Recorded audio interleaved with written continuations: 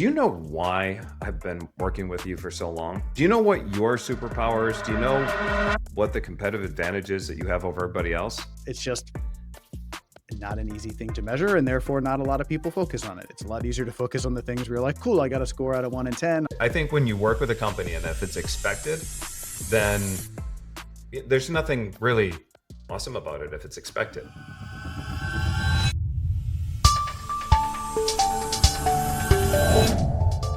All right, hey, ladies and gentlemen, welcome to another episode of the Beyond Seven Figures podcast. You know, we live in a bit of a crazy world right now. We've got the news screaming that the sky is falling. We've got social media more or less in conflict, and there's polarity. We've got AI that is encouraging people to take more shortcuts rather than actual connection. And while I do believe that with every challenge comes with it an equal and opposite opportunity, sometimes the challenge is actually finding the opportunity in the midst of chaos. But when you can find this opportunity and you give it a chance to lean in, this will really become one of the best times in the world for you to be in business. And I had an interesting situation happen to me more recently. So my clients and I, we have this program called our board of directors. That's where everybody gets together, 7, 8-figure CEOs. We mastermind, we brainstorm, we solve problems, we build systems to put them in their business. And somebody interrupted one of our conversations and they said, "Hey, Charlie, do you know why I've been working with you for so long? Do you know what your superpower is? Do you know what the competitive advantage is that you have over everybody else?" And I was like, I'm trying to think. I'm like, oh, I'm hoping he's going to say something about, the marketing that I do and the strategies, or maybe it's a sales side, and what we've been able to do, the sales, how we've been able to grow his business and all that other stuff. I mean, I'm thinking tactics. And he says, "Dude, you really care." And I'm like, what? I really believe that you care so much about me and the results that you bring me that sometimes I think you might actually care more about growing my business than I do. And I'm like, wait, what? And then all of a sudden, everybody else on that board all said the same thing. They go, I'm going to second that. I'm going to second that. And that's why they stay. And the interesting thing is it's not necessarily what's going to bring people there, because everybody likes to say, oh, we care more than everybody else. And they like to say that, but it's another thing about like, how do you demonstrate it and show it? And over time, one of the things that I realized is that authenticity, being genuine, really emotionally connecting with people in a way that you don't have to tell them, hey, I care more, that they feel it. And so I wanted to find a way to just learn more from my own self-interest, but also bring them to you. Because this particular gentleman, he's in another group that I'm also in called MMT. And it's some of the top 7, 8, 9-figure entrepreneurs around the planet. But his superpower is really about how to help organizations create an impact in authenticity. And we're not just talking about I'm not just saying like nonprofits, because a lot of times when we think about impact, people automatically think it's just going to be like nonprofits. But if we think about some of the largest, most impactful brands, we're talking about things like the Ritz Carlton, Living Social, heck, even Pampers, right? And then there's been a bunch of, smaller organizations, but all together, he's been able to impact the lives of over 100 million people. It's pretty extraordinary. So without further ado, I'm going to introduce you to my guest. He's the CEO of Yoko Consulting and also the founder of Carbon Off. So welcome to the show. I'm really glad to be here, man. Thanks for having me.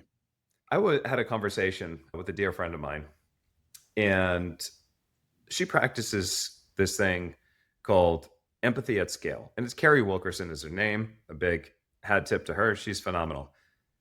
But empathy at scale. When you hear something like that, when you think about empathy at scale, like what comes up for you?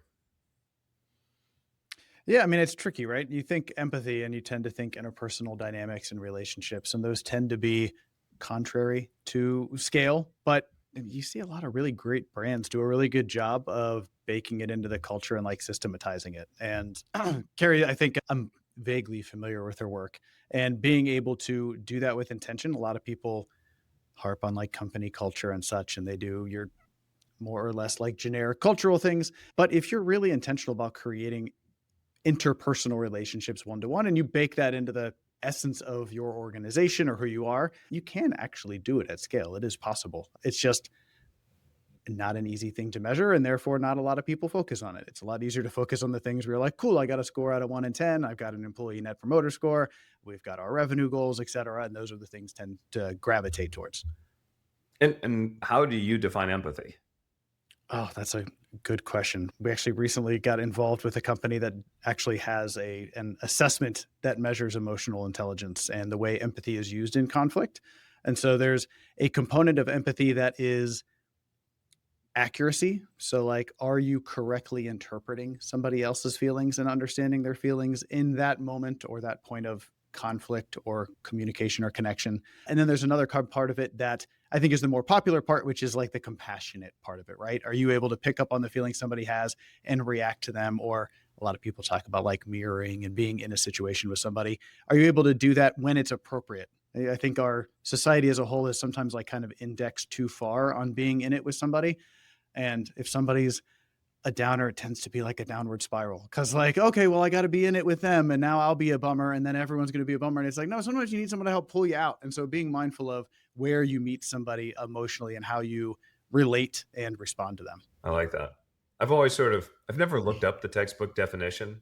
I just know like how it makes me feel. And that's the way I define it. And for me, it's more like somebody who can look at me and say, I see you, I hear you, and I also know what's important to you.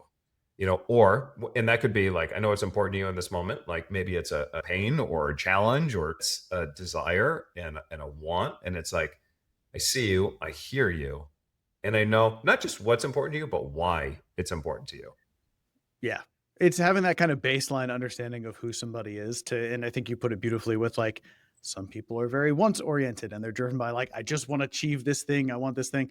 A lot of other people very much more like feeling oriented and just, either want to move closer or further away from like a certain type of feeling. And then, there's people like myself who are like constantly in our heads and are just, more thoughts oriented and, can talk at this level, but not necessarily always getting into the emotional side of it. And so Yeah. knowing who you're talking to and how deep you're going to be able to go with each of those conversations is an important component of it for sure. No, I know like the Ritz Carlton is a gold standard for hospitality and experiences and For so sure. forth. So, what kind of work did you do with the Ritz Carlton, and did you do anything as it relates to, you know, empathy at scale, so to speak? No, I mean, the work we did for them was much more based on, I mean, there's an emotional and empathetic component of it, but it was essentially discussing and helping them figure out how to extend the experiential aspect of being a part of the Ritz Carlton, regardless of what component that might be, and putting it through a screen. Because obviously they were so hyper predicated on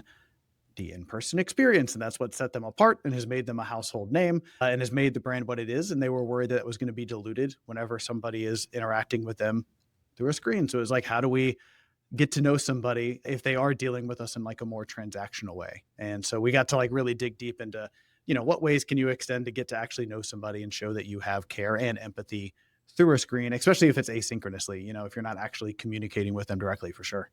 When I was at the Ritz Carlton in St. Thomas, and we went with my newborn child at the time, and I just had a lot going on. I had meetings and all that other fun stuff. And the woman behind the desk was like, "Could I upgrade you?" And I'm thinking to myself, "Yeah, like, I mean, okay, what's this going to cost me, right?" Right. Yeah. Yeah. And What's the upsell? she's like, "No, well, we have an opening, and I'd like to do this for you. I'd like to upgrade you on us." Okay, that's great. And she says, "We're going to move him to suite, blah, blah, blah." And the bellman goes, "Whoa."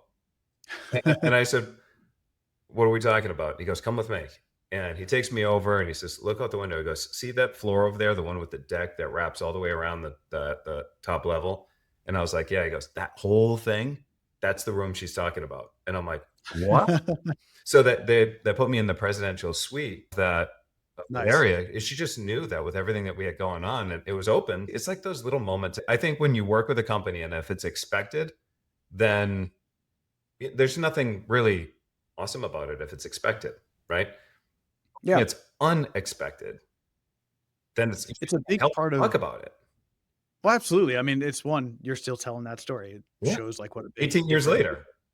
and it's a kind of constant component. And I think it's Joey Coleman had first shared this point with me where he was like, especially on a screen, like no one is comparing you to like the other apps in your industry. They're comparing you to the best apps they're using. They're comparing your experience in your restaurant to the best restaurants, Mm, to anything else they can be doing at that particular moment, right? Which is why any website, any app, anything is always constantly competing with like YouTube and TikTok and Vimeo and like whatever the case might be, because there's all these other competitors for attention. And that was a big part of like, especially with the Ritz Carlton is a part of using technology. They're like, how do we use this to get to know somebody better? And so rather than just asking all the transactional questions, they would ask a lot more specific questions. And those were things we were working with them on, was to understand like, what's the purpose of your trip? Why are you in town? Like the things that you wouldn't normally ask, or maybe somebody would ask if you were booking on the phone, but were nowhere in a part of like a sign up form, so that they could be, hey, welcome. We've already maybe upgraded you, or we're ready to, have a story like you just had, Charlie, or being able to say, hey, we left a little something here for your pet or for your kid, or hey, we know this is the first time you're in this part of town, here's a little thing for you to understand like what kind of stuff you should check out. It's those kind of things to be able to help elevate that experience, and like you said, still do it in such a way that it kind of manages expectations, so it's not just a taken for granted kind of thing, which yeah. I think is happening more and more commonly with social media, because everyone will share like, oh, like I went to this place and they did this thing. And so now suddenly everyone is like, well, I expect you to make a cool dove out of my towels at every hotel I go to. And then when it doesn't happen, maybe you're disappointed. And so trying to figure out how to walk that line is really tricky. Yeah. This is kind of, and this is where my definition is probably skewed, because I see that as empathy at scale. When you can actually have that emotional connection with somebody where you're almost anticipating what they need before they ask for it. Right. And it's not Yeah. even that they would ask for it. It's, you're anticipating almost like what would make their day brighter, or what, let's go one step, maybe different, anticipating what would make them feel special. Yeah. That's probably what it is. I think you're spot on. I mean, a big part of it is, like you said, kind of understanding and seeing, hearing, better knowing somebody so that you can be empathetic. So it is definitely part of a two-part process. You also have to have, I don't know, you have to care, right? Like Yeah. it's You hard can't to fake like it. teach people how to care, but Yeah. finding people who naturally tend to care about the people around them, tend to be really delightful, want to be people that other people want to connect with, and genuinely care about making this a better place, even in those like microcosms of transaction, Sure. let alone if it's, like the work we do, which is like a much larger project or something like that, where you're going to be in the thick of it for, several months or years together. Were you in the session with Will Guidara? I think it was. Now I missed that one. So Will Guidara, he ran, was it 11 Madison Ave, number one restaurant in the world. Yeah. And so he came to speak with the group, and he shared this story about how the wait staff, they were listening to this couple at the table, and as they're bringing, it just so happened they listened as they're bringing food and drinks and everything else. And I believe, now I'm butchering the story a little bit, but I believe that the gentleman's wife at the table said, "Oh man, we had such a great time in New York City, but the one thing that I wanted to do, but now it's too late because we're leaving tomorrow, is getting one of those hot dogs, greasy hot dogs at one of those the side carts, one of the street carts, Right. because I always heard that was going to be really good."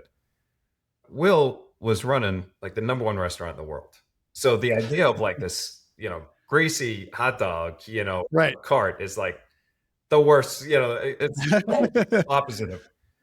But his staff is trained so well to deliver empathy at scale that the staff sent a message to somebody else in the restaurant. They ran out, they grabbed a hot dog, they put it on a plate, and they served it completely unexpected as a gift to the wife. They That's shared very cool. everything.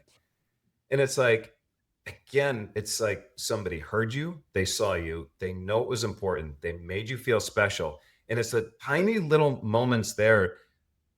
To the less strategic CEO or the less strategic entrepreneur, they're going to see that as they didn't pay for the hot dog. So that's a expense, right? Right. And then what about the time that it took from somebody to do that? And you're selling a hot dog when you actually could have sold them a, premium, this and Yeah. that. They see that as an expense, but they're missing the long-term game of a fan, Yep. somebody who's going to share that story over and over and over again. My company has predictable profits, right? On the surface, you think, all right, I'm all about like money, money, money, money, money, right?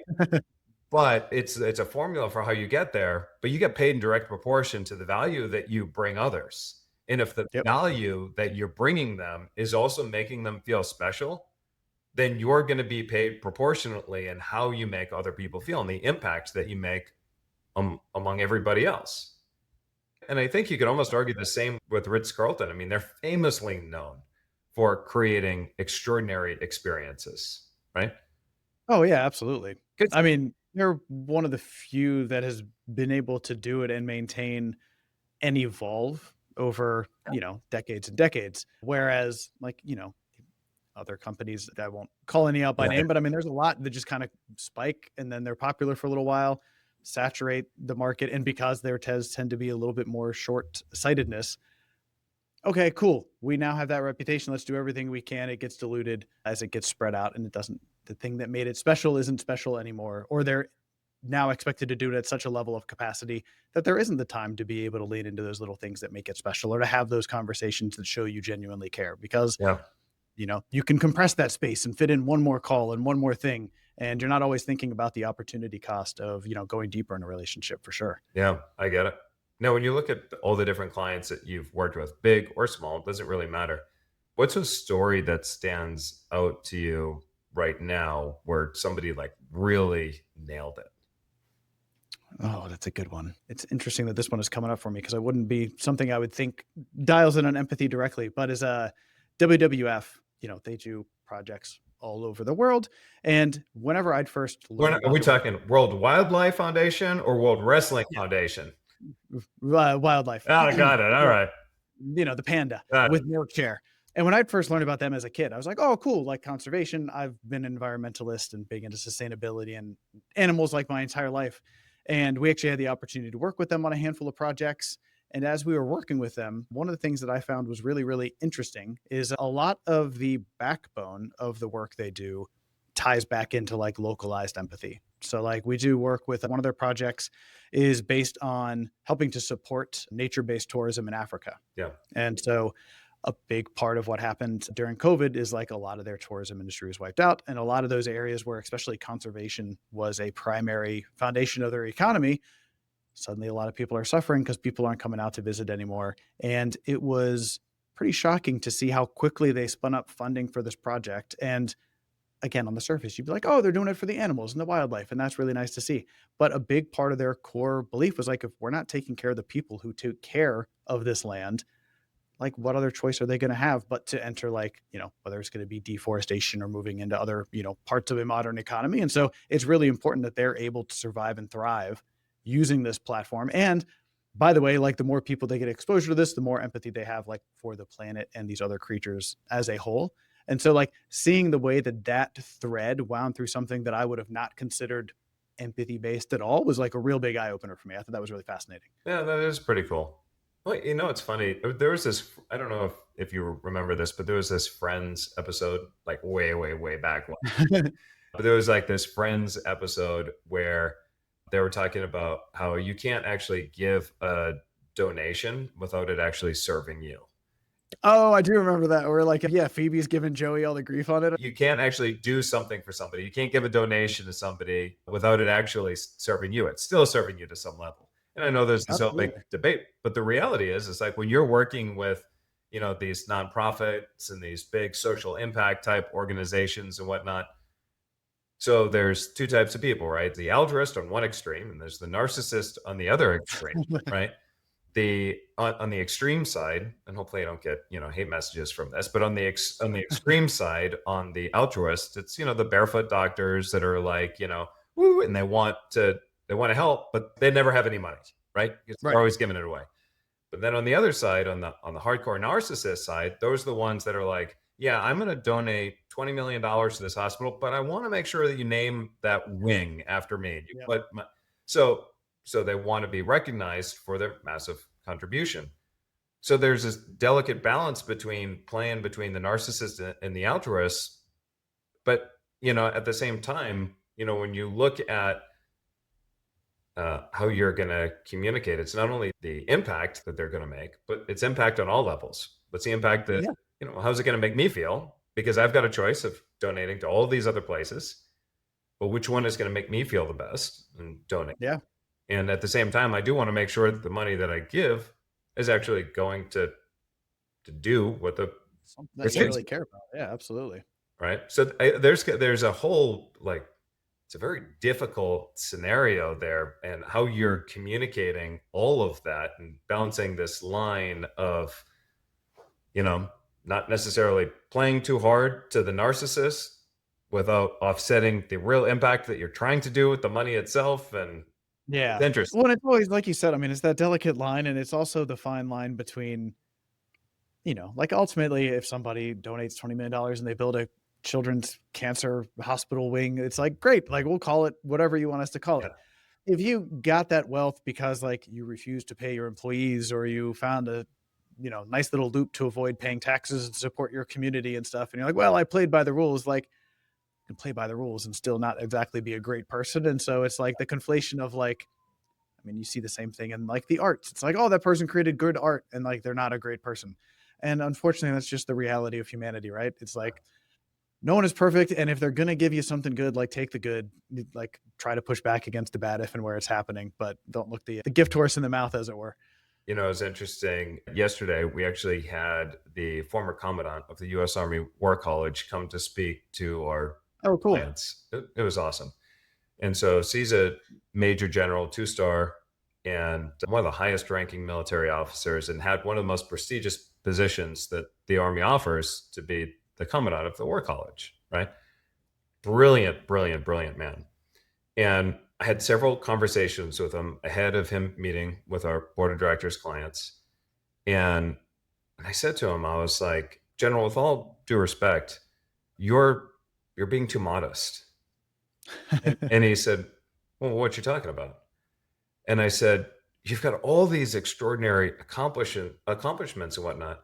I'd really love you to lean in more on those stories and share everything that you've done, because it's so awesome. He goes, that's against my leadership style. I'm not going to do it. And I said, I guess I'm confused.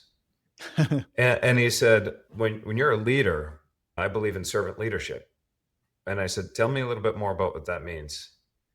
And he said, there are some people that like to get up there, they like to thump the chest, they win the battle, and it's like, look what I did, right? And he goes, and there are those people out there, but I don't lead that way. I want my troops to really want to win, and want to win for the whole benefit of the entire organization. And when you put people in harm's way, when you know that there's going to be blood that's going to be spilled, it's really important that your leadership is so strong that they inherently want to win for the benefit of the entire organization, including the leader at the top. And he said, so the way that works is when we win, the credit goes to them. The credit goes to them. It goes to the soldiers. It goes to them, because ultimately, let's face it, they're the ones that put their lives on the line to make that stuff happen. Yeah. When mistakes are made, and mistakes do happen, I take the mistakes as the leader. So he said, for me to now tell you everything that I did is out of integrity, because the credit goes to them. The credit goes to my soldiers. And we could talk about some of the stuff that happened and the stories that led up to this and that, but I'm not taking credit for it, because it's them. Yeah. And I was like, holy cow. It was so powerful, because there's a reason why even it's not employees, his soldiers, Yeah. and I happen to know one of them that worked under him, they were willing to throw their life on the line, not just for the country, but for him, because Yeah.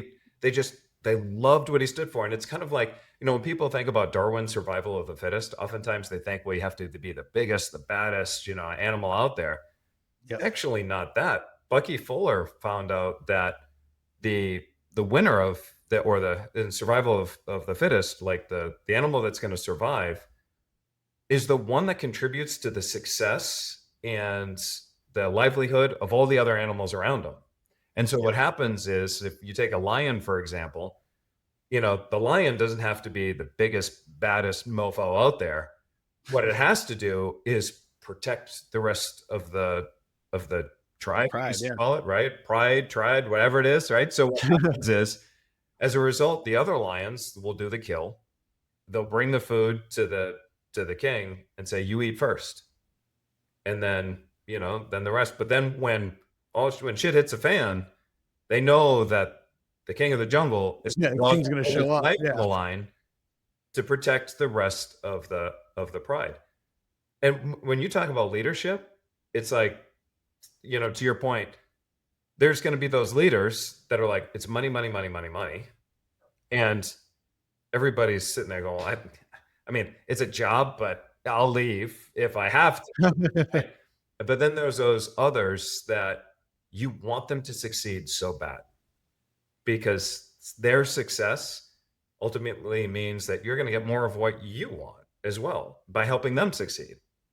Yeah. Right. So it's Well, it's like it's interesting too because I feel like a lot of people can relate, especially to the military version of that story, right? Because you're like, well, of course you want to support your troops because like they're going to live or die out there, and so you've got to support them and give them what they need. But we're doing business, and so that's different. And I think the counter to that is like, not for nothing, like all of us have a limited time on this earth, and this is not to make too grand a comparison to like your 9 to 5er versus like a soldier, but it's like everyone's going to die at some point. And is it significantly better that you are taking advantage of someone and killing them slowly if you have them in a dead end job, or you're not worried about supporting them and allowing them to be the fullest member of society they can be, which by the way, you will also benefit from, because if they're out there being a great example or achieving their highest potential, that benefits everyone around them, which benefits everyone around them. And it comes back around.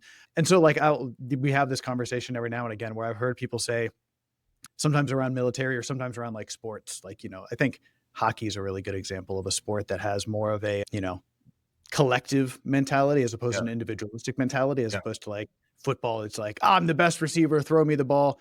Hockey, anytime somebody loses, it's like, it was my fault. Everyone takes blame. But as soon as you ask them, what do you think worked well? Those guys were passing really well, etc. And of course, people love to compare war and sports to business. And so you have the same conversations. And that's where they tend to draw the line. Well, this is different because my team is not like a sports team. It's not a platoon. It's not, a squad.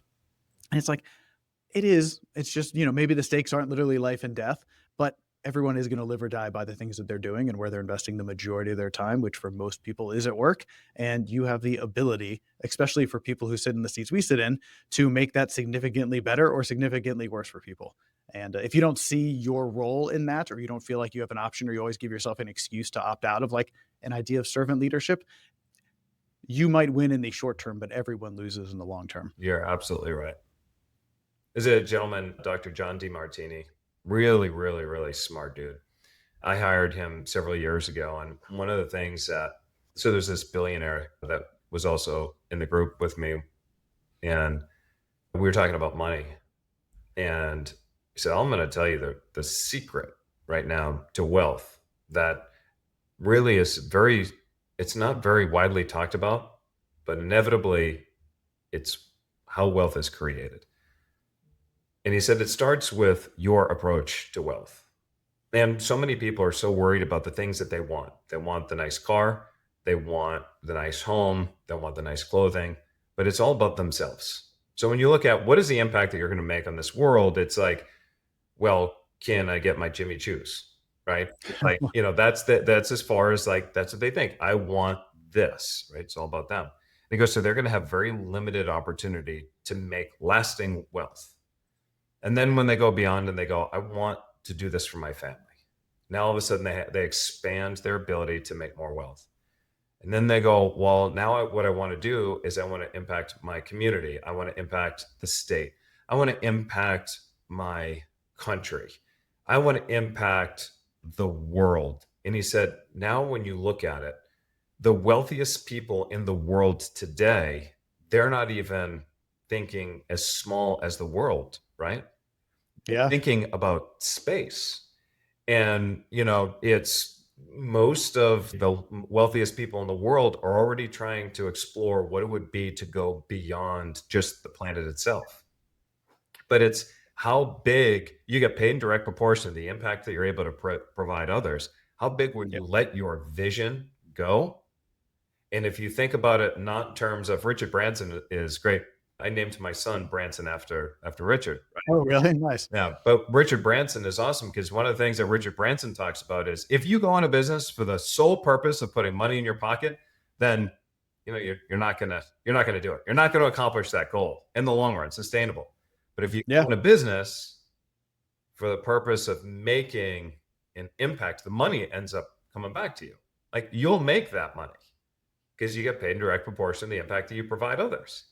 It's Yep. like what you're doing and the work that you're doing inadvertently, maybe not for some people, for some of your more aware clients, they see, okay, this connects to dollars and cents, but the side effect of all the work that you're doing is you are creating a platform for people to either make more money or raise more money, just become wealthier, whether it's the organization or whether it's the nonprofit or profit. Like you're creating a platform, a stage for them to make exponentially more money in a way that's far more rewarding. Absolutely. We use the metaphor. You familiar with Jet Li, No. the martial artist? I think it was uh Bruce Lee's father or some. I don't remember what the relation is. I'm But vaguely familiar, couldn't when I was a quite kid, like, he was a, little guy and could hit, like, crazy hard, and so an interviewer was asking him, like, "How do you hit so hard whenever there are people who weigh, like, twice as much as you who do not, like, deliver as much force behind a blow?" He's like, "A lot of people, whenever they hit the punching bag, they're just trying to hit the punching bag." He's like, "Whenever I hit something, I'm trying to punch through the punching bag." Mm, And I think the same thing comes true with, the alignment of business and impact, right? Like, if you're punching the bag, i.e., you're just looking at like the business metrics of like, oh, what's our revenue? What's our profitability? You're just hitting the bag. If you're punching through and you're thinking about like, what does the change in the world look like? Like, what kind of impact are we leaving behind? And that's your guiding light. Like you said, the money's going to come, but it's going to become as a result of like you leaning into the thing that really matters to the work, as opposed to simply like, okay, cool, we're pinching pennies, we're calculating like what this is going to look like. And it's always funny whenever those two worlds like collide, whenever the venture capital or PE funds or something match up with or try to support an impact oriented business and trying to figure out like, how do you get the capital you need to take this thing to the next level without watering down or becoming so beholden to metrics that you lose the thing that makes it special. And so we've had experience navigating that with some clients as well, which is always an interesting spot to be. But I feel like that's where you really see like the best, and I won't say worst, but the most mechanical form of like capitalism, like kind of grind up against one another, which tends to be kind of a fascinating thing to have a front row seat to. yeah. Well, it is interesting, right? I mean, on one hand, I see myself as a capitalist, right? Because I'm Yeah, for sure. the name of my company, predictable profits, and I make no excuse for the fact that I love, money and everything else. I mean, that's the nature of the business that I'm in, but I'm uncompromising as to how it is achieved, right? And it is achieved through you make money in direct proportion to the impact that you provide others. So even something as simple as asking the question, what needs to happen for you to become the most expensive vendor in the industry and still have people lining up to work with you? Yeah, The answer to that question all comes down to impact, right? absolutely. And so it's an important conversation to have because now we're in a moment like we are right now, where economically, politically, everything that you want to socially, you name it, there's chaos. There's a lot of people that are then bringing the focus directly to themselves. It's all about me.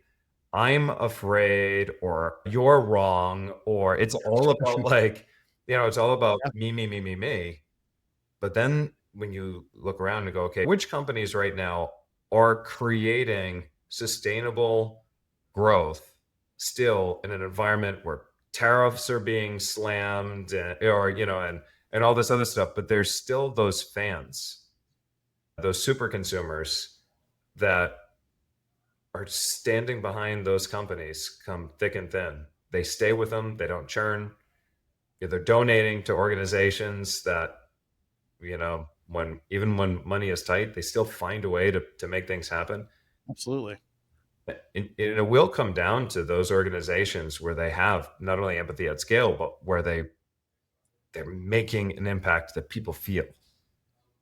For sure. I mean, it is that connection of, and we see this with, I mean, that's the clientele we work with exclusively. So we tend to see it with all of our clients, is it's the understanding of the end impact or vision of the organization and a personal connection with, be it their member, their patient, their customer, their client. It takes a lot of different shapes, the relationship, but you've got to have those two elements. And I think younger generations are starting to get to a point where like that is the expectation. It no longer even like a thing that makes you special or sets you apart.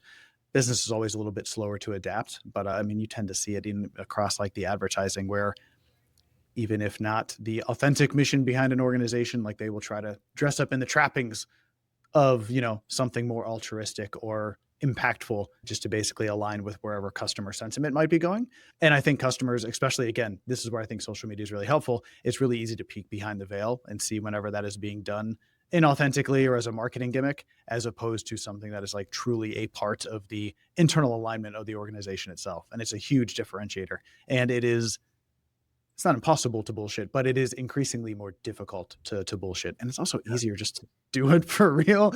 It's always funny whenever you run into companies that are like doing so much work to try to seem authentic when it's like, you could just be actually authentic and you'd probably get a better result and be far less stressed. There's a gentleman, another guest speaker we had to our board. He owns this company, John's Crazy Socks. Their son, so he's got severe Down syndrome, right? And so what happened is he was graduating high school. His dad says, all right, well, there's going to be no more support from the public system. So we're going to have to go ahead and we're going to find something for you to do. And John, the gentleman who's got the Down syndrome, says, I want to start my own company. And his dad was like, oh, okay, I'm sure you do. I don't know. But his son was so insistent. I want to start my own company. Says, all right, well, if you're going to start your own company, like what is the company that you would start? And he goes, socks. And he goes, you want to start a sock company? And he says, yes, I love crazy socks. And he said, you're going to start a crazy sock company. Yes. And his son was so just dead set on it. I want to start socks. So his dad went to his wife and was like, you know what? Let's support him. Let's see what comes out of it. Let's do what we can. And they made it a mission that the majority of the people that they were going to hire in that organization are going to be other people with Down syndrome. Okay, cool. And he says, Charlie, we started selling socks so fast. I believe they are the largest specialty sock company, I think, in the world. That's wild. And when I spoke with John and I said to John, I go, so you sell socks? And he goes, nope, I don't sell socks. So, okay, what do you sell? He goes, I sell happiness. I said, what do you mean happiness? He goes, every sock that I sell, they get a handwritten note and I put a candy in there. And I go, you put a candy? Why do you put the candy? Because I make them smile. I sell happiness. That's dope. Oh, man. I was like, you know what? I am buying socks for every single one of our clients right now. I'm buying socks for myself. Where do I buy socks? Because I was like, this is exactly what we're talking about with impact. It's like, I just wanted to buy from this person. Absolutely. And so many people were like that. And being able to like have an unrelenting vision of like, hey, like one, I can do this, like a fixation on a thing that you could do is awesome. And then that vision for like, and the world will be different because not enough people are having fun with their socks. There's not enough people who are hiring and trusting people with Down syndrome because there is so much like stigma around it. This is crazy news. I just read about it yesterday, but I'm going to look it up because I don't want to get the name wrong. Just yesterday, I was hearing about the first lawyer who passed the bar. Ana Victoria Espino de Santiago is the first lawyer from with Down syndrome, which I thought was, really cool to see. I think that just happened like this week. Yeah. But anyway, back to like the main story about the company is having that vision for like, hey, like here is how the world is different. Have that goal, be fixated and drive towards it. And I think it's David versus Goliath, the Malcolm Gladwell book, where it basically wraps the question of like, what's the advantage of your disadvantage? And it's knowing some people that have Down syndrome, like they get they're a part of a very different part of society because they're treated very differently. But as such, they have a very different perspective. And like a different perspective can be super valuable, as you see with something like John's Crazy Socks, which now I have open in a tab and we'll be doing more with. So, I mean, I just love seeing stuff like that come together. That's awesome. Just doing business with them, it just makes you feel so good. Like it just makes you feel so good. Absolutely. And that's a great organization. So I know we're pushing up against the clock. I know you're a busy dude. Tell us a little bit more about you, and then somebody wants to reach out, connect with you. How do we do that? Yeah, I mean, the worlds we work in are primarily helping organizations, as you can see over my shoulder, that want to do good better. Do that with the most powerful tool they have at their disposal, which is technology. Primarily what that looks like for us is open source, a lot of websites, content creation, and leaning into, as we had talked about before we jumped on to record, AI as well. So playing around with a lot of the open source models and helping to build things that align with our philosophy that you should own your technology should not own you. And I think that works at an organization level, especially with open source technology, but it flows down to a personal level too, where it's like, are you using the tools the way you want them to be used to make your life better? Or are you reacting to the feed that is in front of you and automatically, almost autonomously moving your thumb across your phone to get to like a feed and just get that like quick dopamine fix? And so that's kind of our philosophy through and through. And if you want to get a hold of us, yokoco.com is the company, and then just chrisyoko.com is my site. And I can't sort of let this hang. So when we talk about AI, just expand on that a little bit right now. So what would somebody need to do to make technology work for them? Yeah. So, I mean, one of the main issues I have with a lot of the large language models happening right now is they suck up all of this public information that there's a whole ecosystem and population of people it took to create. And if you're not rewarding and including everyone who is a part of that value chain, you lose the ability to get new and novel information. So it tends to be very short-sighted. So a lot of the work that we do with organizations that are incorporating AI is finding ways to use models that, again, they will own, they can continue to operate, but still allow their information to remain theirs, to be protected, not necessarily fed into an open source model. I mean, fed into like a closed source model that might then use it and not return any value, and be able to then aggregate it into this open source model that they can use to help their customers, their patients, their clients, their members, whatever the case might be, access, in a lot of cases, these large troves of information that can sometimes be a little bit overwhelming, where maybe you want something a little bit more robust than search to find like a couple of articles or research papers. Maybe you want something that's going to assemble a couple different things and pull that all together. And so that's a big part of what we've been helping clients do on the AI front. Oh, that's amazing. And last question for you. So this is Beyond Seven Figures podcast, what would you say is your biggest, best tip for our listeners that want to take their business beyond seven figures? I hate to like make it like the moral of the story was the friends we made along the way. But I mean, like a bunch of it is just like and what's wrong, what sucks about this is like the people who need to hear it won't hear it. And the people who hear it have already heard it. But it's like, if you truly give a shit about the people you're working with, be them employees, customers, clients, partners, if you genuinely care about the change you're making in the world and you have a vision and you're willing to execute intelligently on it, you will have an outsized impact. If you do not care, and like you said, it all starts with like a scarcity mindset and it being all about you, you are going to have, even if you are successful in a societally mentioned like external capacity, like, oh, they make money and they do things, you are going to be miserable. And so there is a fun way to do it in a way that you will connect and you will actually have people mourn you at your funeral, which will come someday, or you can be the Ebenezer Scrooge and, kind of white knuckle it all the way through and maybe have felt successful, but be highly isolated and very lonely. And so while it is kind of a bit of an overheard trope at this point, like just really caring about people does sadly make a big difference. Awesome. I love it, man. And then again, your website one more time is what? Oh yeah. Company is yokoco.com. And then my personal website's chrisyoko.com. Awesome. Fantastic, my man. Well, I never really know where these conversations are going to go. We just kind of start with a topic and we just kind of run with it. And it's really fantastic. And honestly, I feel it's got to be one of the most important conversations that our listeners need to hear right now. So, we get paid direct proportion to the impact that you provide others. We've talked about empathy at scale. We've talked about letting people not just no, you don't want to let people know that you care. People need to feel and they need to know themselves that you care by the way that you show it. There's a whole Absolutely. lot of different ways that you can show it. So it's really There's awesome. that Maya Angelou quote where it's like, people forget what you said, people forget what you did, but they never forget how you made them feel. And that is exceptionally true in business. The Ritz Carlton story you told, all of us have a couple of those stories in our back pocket about like a really unique, special thing that you have probably forgotten all the scaffolding around it, what was said, what was done, but ultimately you remember how you feel. And that's what's really important.